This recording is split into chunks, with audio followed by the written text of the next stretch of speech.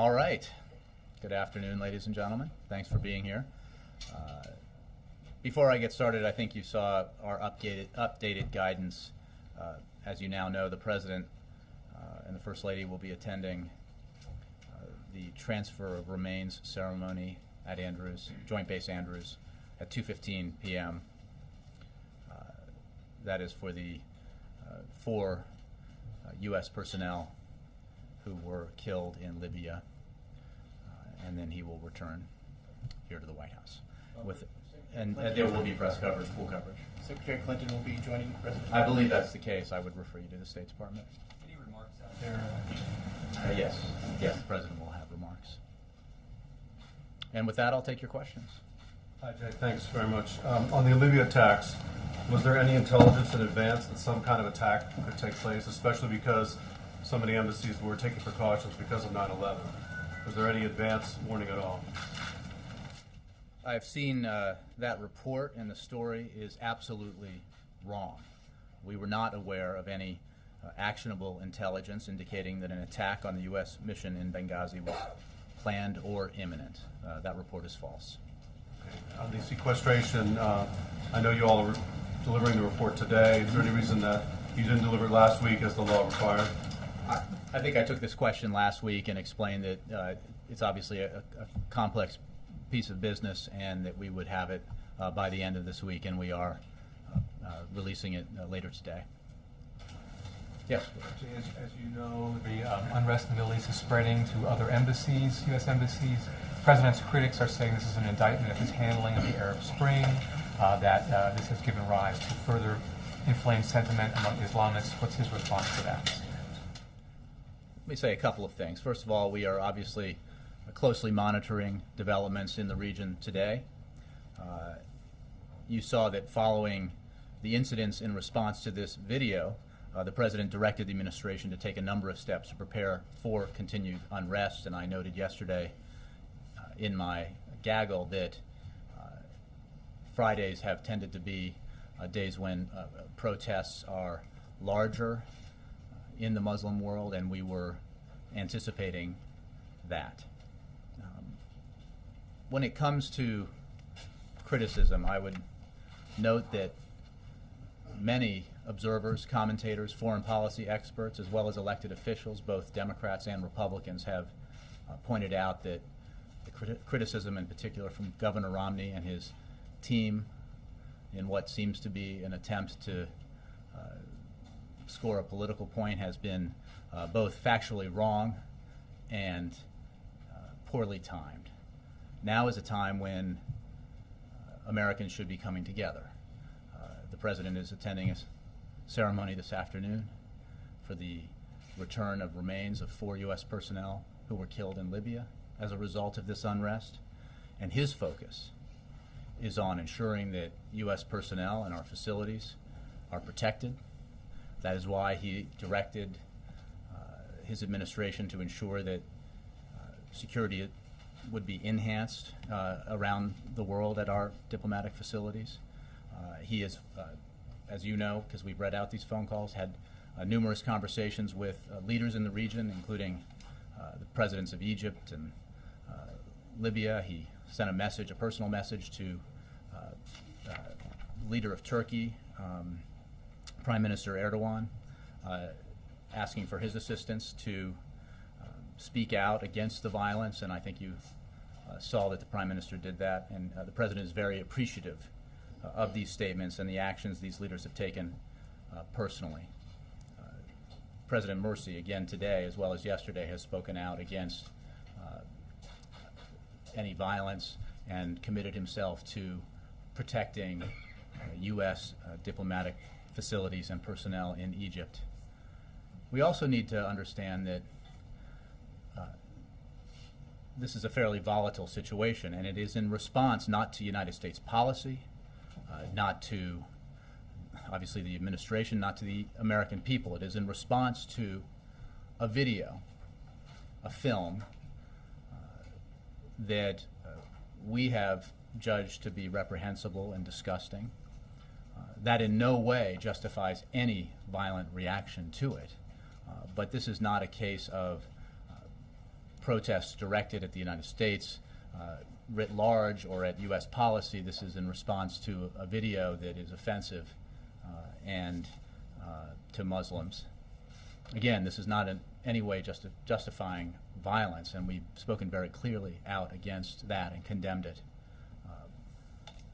And the President is making sure in his conversations with leaders around the region that they are committed as hosts to diplomatic facilities to protect both personnel and buildings and other facilities that are part of the U.S. representation in those countries. Let me just follow up on sequestration as well.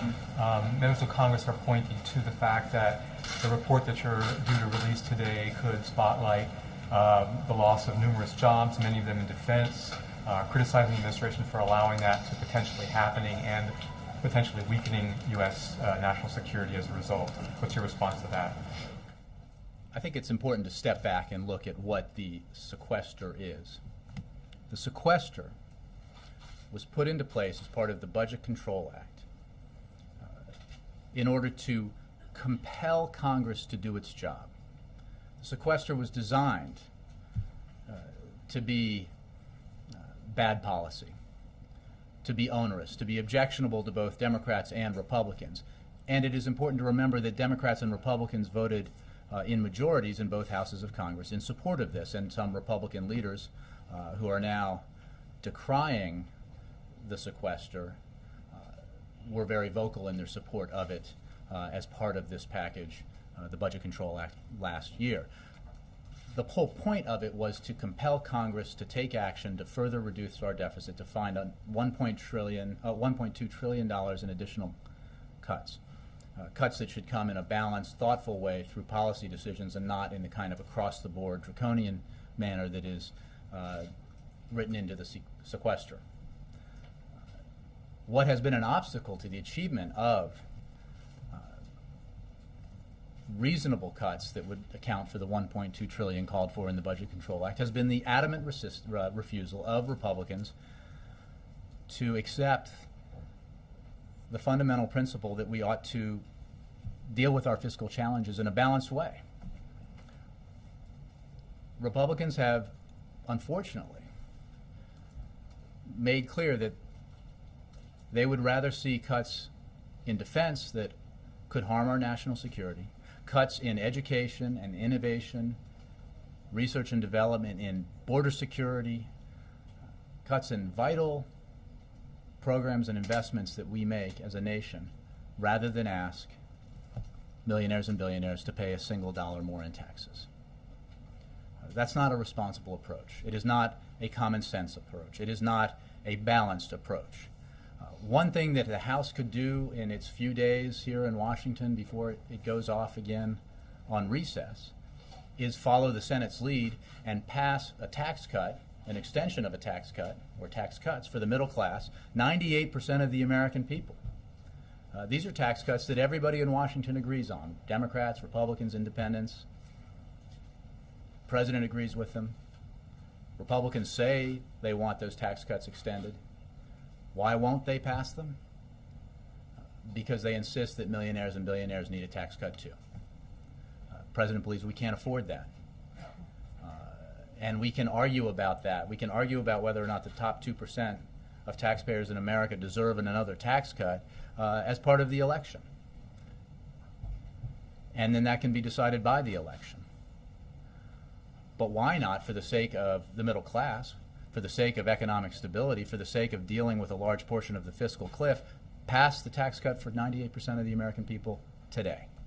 That would be a very welcome sign, I think, to the American people that Congress is taking its responsibility seriously, and Congress is addressing these challenges in a thoughtful and bipartisan and balanced way. Jake. When my colleague from the Associated Press asked you a direct question, was there any intelligence suggesting that there would be an attack on the U.S. consulates? You said that a story, referred to a story being false, and said there was no actionable intelligence, but you didn't answer his question. Was there any intelligence period, suggesting that there was going to be an attack on either the... There was no intelligence that in any way could have been acted on to prevent these attacks. It is, I think the DNI spokesman was very declarative about this, that the report is false. The report suggested that there was intelligence that was available prior to this that led us to believe that this facility would be attacked, and that is false. Why was there not adequate security around Ambassador Stevens? In terms of the security at the Benghazi facility or post, I would have to refer you to the State Department for specifics about what security was there. There was a security presence. It was unfortunately not enough to resist the attacks that we saw and resulted in the tragic loss of life, but there was security. It is also the case that in reaction to this, the President has ordered that we review all of our security arrangements for embassy facilities and other diplomatic facilities around the world. But in terms of the specific security that was in place at Benghazi, I'd have to refer you to the State Department. Wouldn't it seem logical that the anniversary of 9/11 would be a time that you would want to have extra security around diplomats and military posts? Well, as you know, we are very vigilant around anniversaries like 9/11. The President is always briefed and brought up to speed on all the precautions being taken. But let's be clear. But being very vigilant are different things. Jake, let's be clear. These protests were in reaction to a video that had spread to the region. At Benghazi? What happened? We certainly don't know. We don't know otherwise. We have no information to suggest that it was a pre-planned attack. The unrest we've seen around the region has been in reaction to a video that many Muslims find offensive. And while the violence is reprehensible and unjustified, it is not a reaction to the 9/11 anniversary that we know of or to U.S. policy. The group around the Benghazi post was well armed. It was a well coordinated attack. Do you think it was a spontaneous protest against a movie? Look, this is obviously under investigation, and I don't have.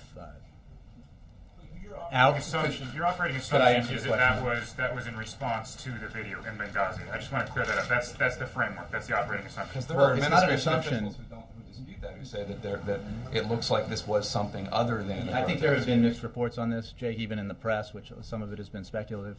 What I'm telling you is this is under investigation.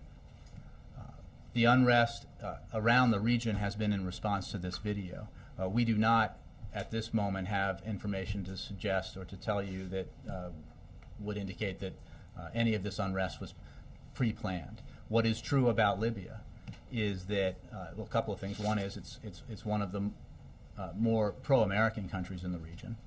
Two, it is a very new government. It is a country that has just come out of a revolution and a lot of turmoil, and there are certainly a lot of armed groups. So the fact that there are weapons in the region and the new government is not, is still building up its capacities in terms of security and its ability to ensure the security of facilities is not necessarily reflective of anything except for the remarkable transformation that's been going on in the region. My last question. It was said that what happened at 9/11 was a failure of imagination, failure of American policymakers and counterterrorism officials to anticipate the kind of attack that could have taken place. This would seem to be the exact opposite. Was this a failure by the Obama administration? Did the president and his administration mess up in any way? Jake, again, what we have seen is unrest around the region in response to a video that Muslims find offensive, many Muslims find offensive. We have seen incidents like this in the past in reaction to other actions, cartoons and other actions that have been taken that have been led to protests and violence in the region. And we have managed those situations, and we are working to ensure that our diplomatic personnel and our diplomatic facilities are secure as we deal with the response to this video, which we believe is offensive and So that's a no. disgusting. Entirely Well, the fault of the again, filmmaker. I think you have to understand what is happening currently in the region and what it is a response to. This is not, this has been I in, need to understand that. I think the people who protect the embassies need to understand it. the cause of the unrest was a video. And that continues today, as you know, as we anticipated. And it may continue for some time. We are working with governments around the region to remind them of their responsibilities to provide security to diplomatic personnel and facilities. And we are ensuring that more resources are put in place to protect our embassies and consulates and our personnel in these parts of the world where unrest is occurring. You've mentioned a number of times now that this was in response to a video or a film. Mm-hmm. Would you not agree, though, that it's moved beyond that? That some are stirring violence by focusing on U.S. policy or targeting the U.S. in general, that it's no longer just about film? Well, the reason why there's unrest is because of the film. This is in response to the film. Well, I don't doubt. That's what sparked it. We do think that's what sparked it. But it's moved beyond that. Well, I don't. We obviously are not polling protesters to find out what their motivations are. There's no question that there's anti-American sentiment in various countries around the Middle East. That's not a discovery I think we've made today. What is the case is that the protesters in these countries are not representative of the broader sentiment in those countries, and at least in the sense that sentiment that would say that the proper reaction to a film that is offensive is violence. As I said yesterday, that's not in keeping with Islam, and it's certainly something that we do not accept. And we have made clear to leaders in the region that they need to make clear that it is not an acceptable reaction to a film, however offensive it might be. Again, this is not a film that the United States government had anything to do with. We reject its message and its contents. We find it both disgusting and reprehensible. America has a history of religious tolerance and respect for religious beliefs, and that history goes back to our nation's founding. But there is absolutely, as I've said, absolutely no justification at all for responding to this movie with violence, and we are working rather to make sure that Muslims around the globe hear that message. Yes. I have a couple Sorry, of Dan. questions. It's my understanding that at least 4 people have been arrested in the death of the Americans. Does the president think that whoever's arrested for this violence should be tried here in the U.S.? This is an ongoing investigation.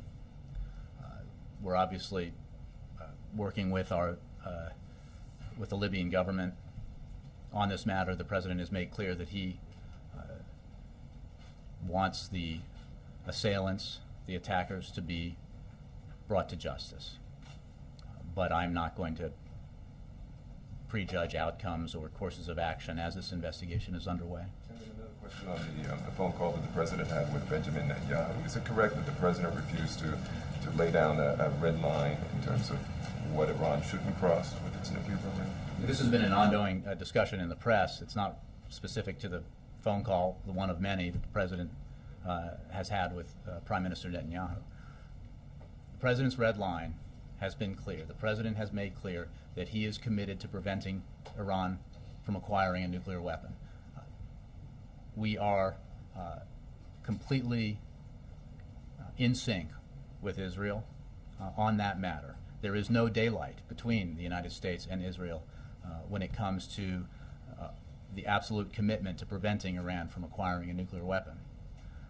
We are pursuing a policy that includes incredibly intense punitive sanctions, unprecedented in history, against Iran, sanctions that are in place as a result of diplomatic work that has created an international consensus that did not exist prior to President Obama taking office, and that has resulted again in unprecedented pressure and isolation for the regime in Tehran.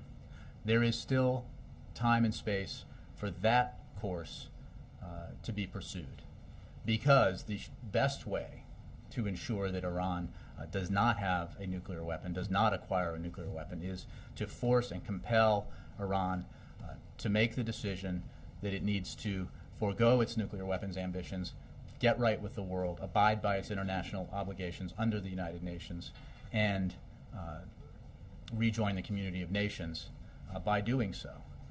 It is also the case that this president has made absolutely clear that he does not remove any option from the table in terms of fulfilling his commitment to prevent Iran from acquiring a nuclear weapon.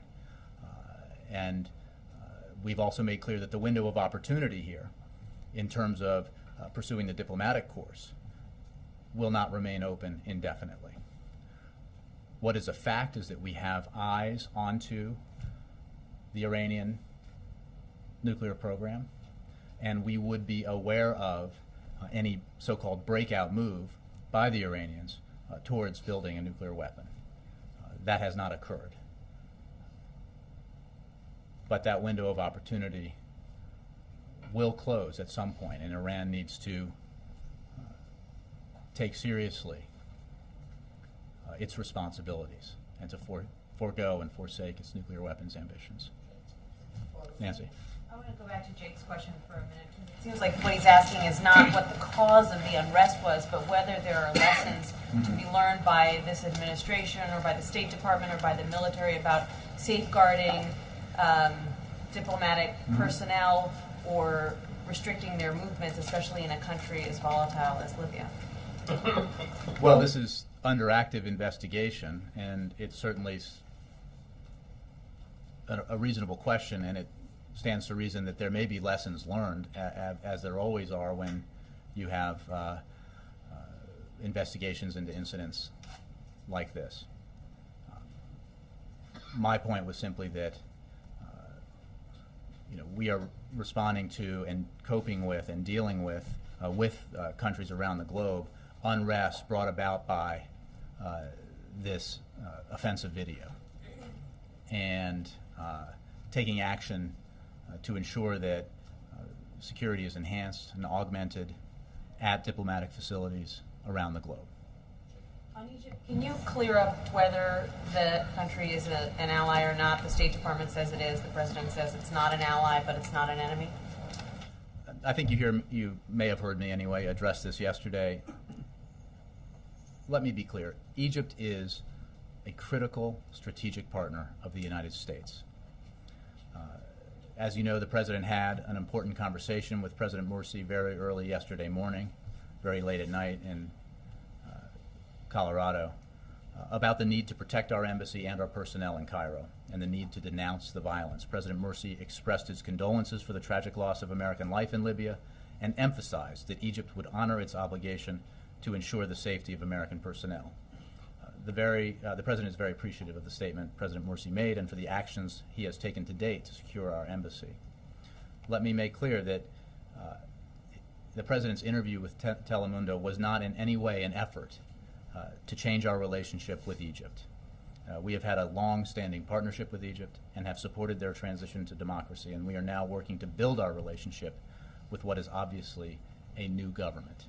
We're told that the President was blunt and perturbed in that conversation with President Morsi. What was he concerned specifically about when it comes to the way that President Morsi handled the early hours of this unrest?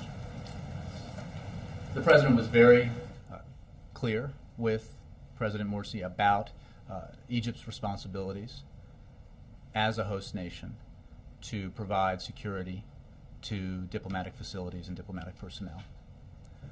And it was a very productive conversation, as I said yesterday. And it was substantive and long. I wouldn't necessarily use the adjectives you did to describe how the President felt about the call. In fact, I mean, it was a very focused and productive conversation. And on the sequester, can you describe for us a little bit about how the administration, what the process was that the administration used to compile this report, who was involved in making the decisions about what should get cut, and how did they decide what should get cut? Well, I would refer you to a briefing we're going to provide later on the sequester. It is as I said earlier, a pretty complex piece of business, and the Office of Management and Budget within the executive branch is the principal actor when it comes to assessing these things. Yeah. The state have said that there was a review of security at diplomatic installations in light of the upcoming 9/11 anniversary. Was there also a review in light of the possible impact of the trailers from this film? I would refer you to the State Department. Again, there is always annually, as well as at other moments, predictable moments on the calendar, measures taken, precautions taken with regards to security, both at our facilities abroad, but of course here in the United States. And we've been transparent in briefing you about when those moments occur and some of the things that are done to help enhance security. But with regards to specific preparations for 9/11, I would refer you to the State Department for as it applies to diplomatic installations. The impact of the film was less predictable. I'm saying that the fact that the film was about to inspire this reaction. Well, again, I don't want to. This is all under investigation, so I don't want to get that far ahead of, or get ahead of all of the investigation. I would refer you again to the State Department for whatever precautions were taken for diplomatic facilities in the run-up to the 9/11 anniversary. There's also a lot of attention on how the president gets his daily briefing, at least in recent days, and the indications are that it has been in written form the past week or so. Is it your sense that a briefing in person is no more efficient, no more effective than giving the president his PDB? Well, let's be written clear, form? because it's selective representation of the facts about the last few days. Just in the last 24 hours, the president has been briefed numerous times directly by National Security Advisor Tom Donilon, by Deputy National Security Advisor Dennis McDonough, by Homeland Security and Counterterrorism Advisor John Brennan, and others, including a secure call at 2 p.m. yesterday and another briefing at 10 p.m. yesterday. And he did, as he does every day, obviously have a presidential daily briefing today and constant updates from his team. I would say that this debate, when you say there's been some criticism, the quarters from which that criticism come are pretty clear, and who occupies those quarters is pretty clear. And I would simply say that this president is a absolutely responsible and voracious consumer of the presidential daily briefing and of the information provided to him by his national security team. His record of evaluating and acting on intelligence, I think, speaks for itself, and I'll leave it at that. Is the criticism less valid because of the quarters from where it comes? The question remains whether he gets his. But what is the question? He gets his presidential daily briefing every day. we have crisis. The president speaks directly to his national security advisor. Obviously, the suggestion here is that's a more efficient way of communicating than getting a written briefing. He gets both. He does both. He does both all the time. And when he is here in Washington, he has briefings in person in the Oval Office with his national security team regularly. And when he is on the road, he has phone conversations that supplement and augment the briefings he receives on paper that are specific to the so-called PDB. I hardly think that is different from previous presidents. And again, well, I'll leave it at that. Yes, sir. You, in answering the previous questions, have said there was no actionable intelligence with regard to the facility in Benghazi, the consulate, and Benghazi itself. Can you say the same with regard to the rest of Libya and the rest of the Middle East? I would refer you to the DNI and to others. The report was, the report was specific to Benghazi, and we know for a fact that that report is false. But, I mean, the Cairo embassy was breached as well. Was there any intelligence that would lead to... I haven't asked that question, so I have to take the question. There was an indication that the president around the UN meetings would be meeting with President Morsi on the periphery as these things go. Is that meeting still on? Well, you just asserted something that was on that you said there was some discussion about, so you kind of did two things in that question. The president has no bilateral meetings scheduled at this time while he's in New York. Formal or informal in any way, shape, or form? None that I have to announce at this time. And in a larger sense, does the president or does the White House feel that relations with the Muslim world in general and the Middle East, Arab countries in particular, are better now than when he took office? We have witnessed historic change in the region in just the last few years. This president's approach to what has been called the Arab Spring, to this unrest, has been to lay out a set of principles and support for human rights, and to make clear that we support a process of nonviolent political and economic change and reform in the region. That looks different in different countries. There are countries where the transition has occurred or is occurring, like Egypt, Yemen, Libya, and Tunisia. And in those countries, we are working to help those new governments consolidate their democracies, deal with security needs, and stabilize their economies. In other places, like Syria, that are still in the throes of a revolution, we have vocally opposed the brutality of the regime and are supporting the aspirations of the people. You've heard us document and discuss the non-lethal support we're providing to the opposition, the over $100 million in humanitarian aid that we're supplying to the Syrian people, and the diplomatic support that we've provided them. This is a circumstance of dramatic change that has coming because of a fervent desire by people of the region to have greater rights, greater freedoms, greater control over their lives. And we have actively engaged in the region to support nonviolent democratic transition, to support governments that profess and demonstrate support for civil rights of all peoples, both genders and minorities. And we are working with these countries to help them progress in a way that is better for the people of those countries and better for the national security interests of the United States. Well, I just... all great intentions. At this moment, embassies across the region are under siege. Mm-hmm.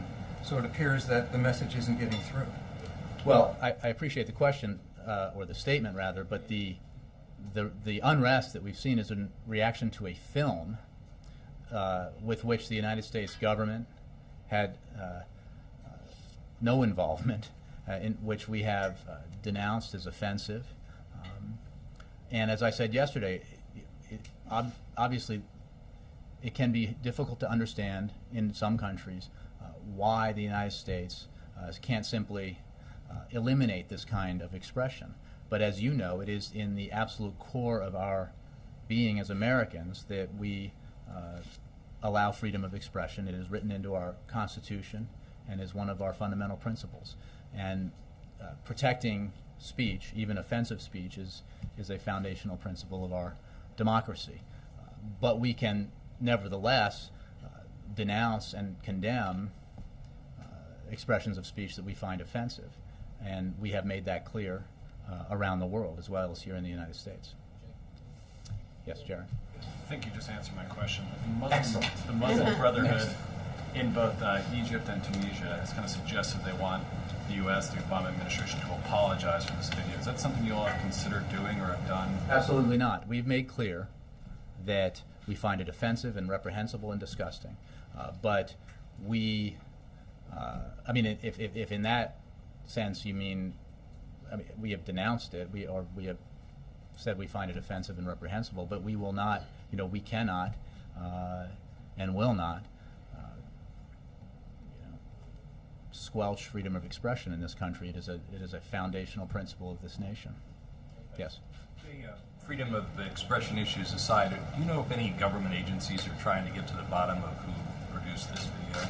Is there any reason? I don't. I've seen a lot of reporters attempting to find out its origin, but I have not heard of any. But I just, you would have to direct that at some other agencies, but not that I'm aware of. Do you see any reason for any federal agencies to look into it? I don't. I mean, I think based on what I've just said, the issue here isn't,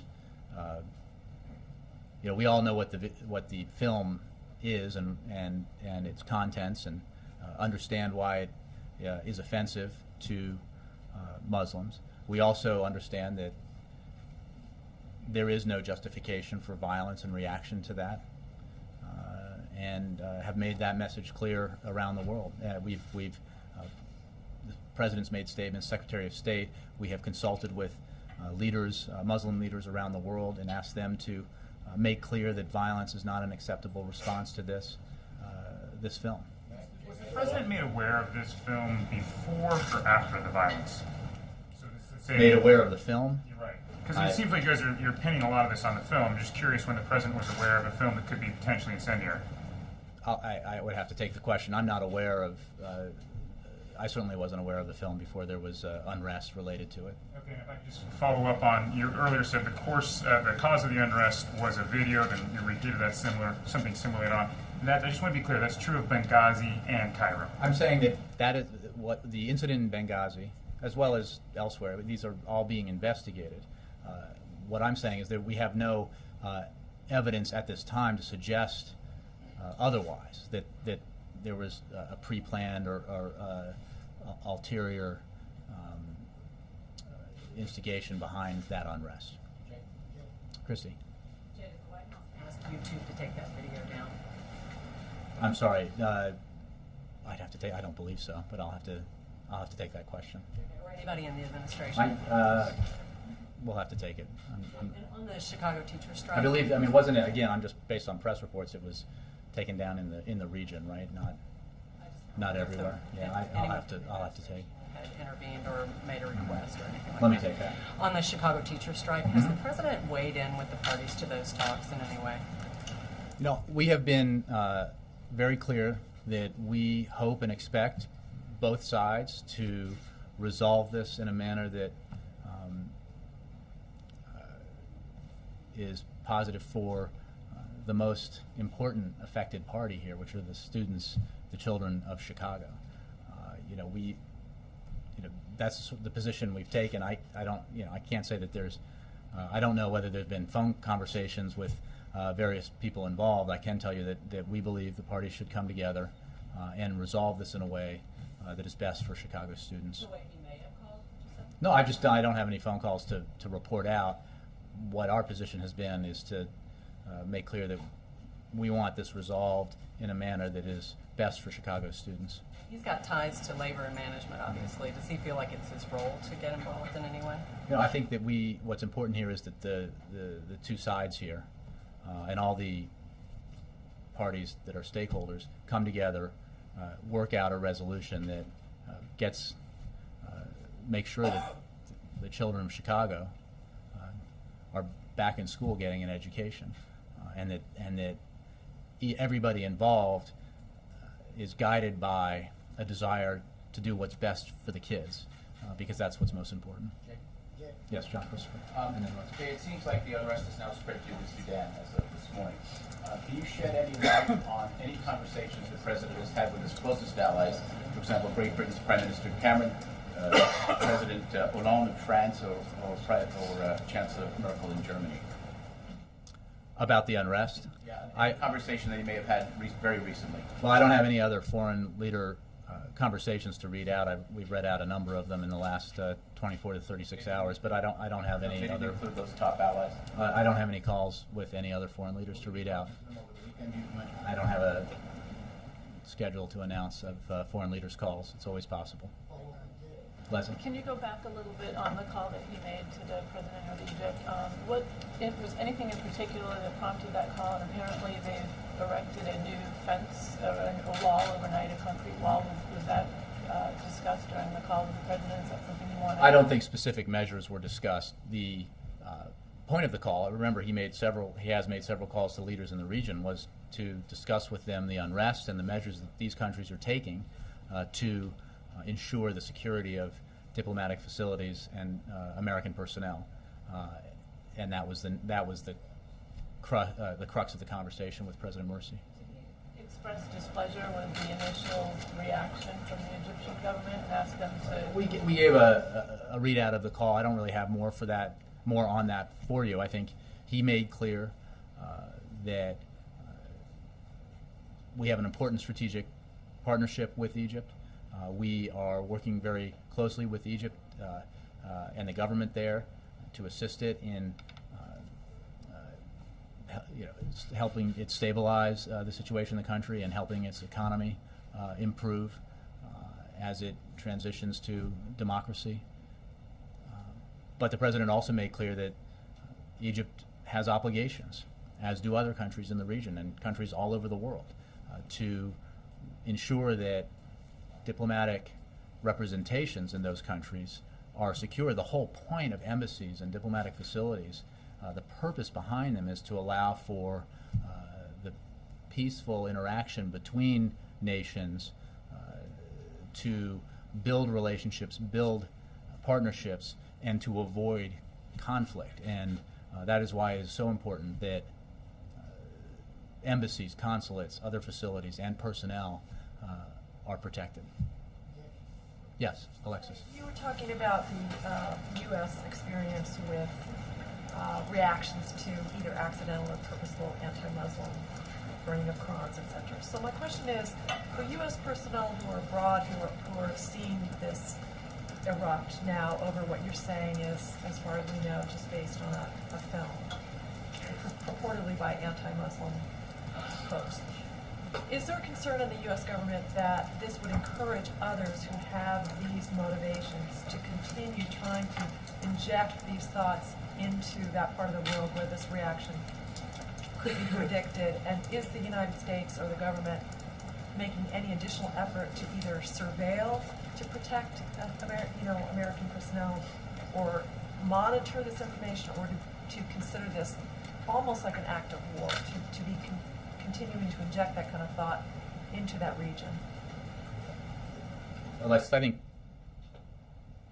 we have, as a nation, been in a posture, especially since 9/11, but even prior to that, where we have monitored and been aware of anti-American sentiment in that region of the world and elsewhere. And obviously we are absolutely vigilant and continue to be. And that is the work of many agencies, in particular the intelligence community. We have seen, since 9/11, we have seen periods like this where there has been an unrest in reaction to specific incidents, including Danish cartoons and including other incidents that have taken place that have offended Muslims in different countries and led to unrest directed at either the West or specifically at the United States. And this is something that both this administration and the prior administration have had to manage. And in terms of policy, we continue to make clear that in this case, we find the video reprehensible and disgusting. We continue to try to get the message out as broadly as we can that this video has nothing to do, was not in any way related to the American government. It does not represent who we are or what we believe. And we continue to pursue policies in the region that are aimed at helping these countries that are in transition through this dramatic transformation that's happening towards democracy, towards a better future, and towards, we hope and are working for, a stronger, better relationship with the United States. Go on. And then, one, as far as this 9/11 anniversary and violence around the Middle East is concerned, last week there was a peace walk by the interfaith community walking from cathedral to the Mahatma Gandhi statue in front of the Indian embassy, and they all spoke, Muslims, Hindus, and Christians, and Jews, all faiths from around the globe. They were there, hundreds of them. They all spoke for peace and unity, and they were saying that President Obama has brought peace in the Middle East. And they spoke against violence in the name of religion. But still we have these violence around the globe, or in the Middle East, or in Libya, in the name You have a question? in the name of religion. My question is that you think President needs another message for those people who are being misguided and misled by in the name of religion? Well, I think we've spoken a lot today about the message that the President is carrying, the message that the Secretary of State is carrying, and you'll hear more about that. But I mean, that's I really can't go beyond that. Dennis. If I may, as far as Iran as nuclear is concerned, do you believe that President has any information that Chinese companies are helping Iran as far as the nuclear ambitions are concerned, and also Chinese companies are supplying some weapons to these terrorists? I don't have any response to that question. Dennis? Can you talk a little bit about how the decisions are made about who the president is talking to? I mean, we saw reports from Tunis and Khartoum just before you came out here. For example, would he not speak to the president of Sudan versus Yemen, Egypt, India, for example, about events and risks in those locations? I'm not sure exactly what you're asking. I mean, he has made a number of phone calls, had a number of conversations with leaders in the region. I'm not precluding other phone calls and other conversations that he might have. I think he's reaching out in order to make clear our position and make clear our expectation of these countries and their governments in terms of their obligations to provide security for diplomatic facilities. Brennan advising or suggesting specific direct... Well, certainly those two men are part of his very key members of his national security team, but I don't think it's limited to those two. Can you clarify something? I could try. You've taken about 4 or 5 questions during the course of the briefing. Can you be sure to pump the actual answers that you come up with to those out to the full press list and not just have them disappear somewhere like you tend to do? Well, I promise to follow up on those questions I took. If I don't have answers that I can provide, Well, can you distribute them to the press list the way you would the transcript of the briefing, et cetera? Because if we have answers that that are responsive to the questions, yes. I mean, again, it depends on what the question is and whether I'm able to answer. Yeah. Notwithstanding your explanations today for the reasons for the violence in the Middle East, there are Republicans, Donald Rumsfeld, John McCain, who say the attacks on our diplomatic posts in the Middle East are a result of perceived American weakness. You want to respond to that? I'll just go back to what I said, which is that this is a time when it's in the best interest of the country to focus on the 4 personnel, the 4 Americans that we lost in Libya and who are returning home today, and on the measures that we need to take as a nation to deal with the unrest in the region and deal with the security of our diplomatic facilities and personnel abroad. We are happy to debate, and there is certainly ample time and appropriate times to debate foreign policy approaches, this president's record on foreign policy, and contrast it to other approaches and other records. And there will actually be a formal occasion in which foreign policy will be debated as part of the presidential campaign debates. And I'm sure there'll be much discussion of it prior to and after that debate. We're very proud of the president's record on foreign policy.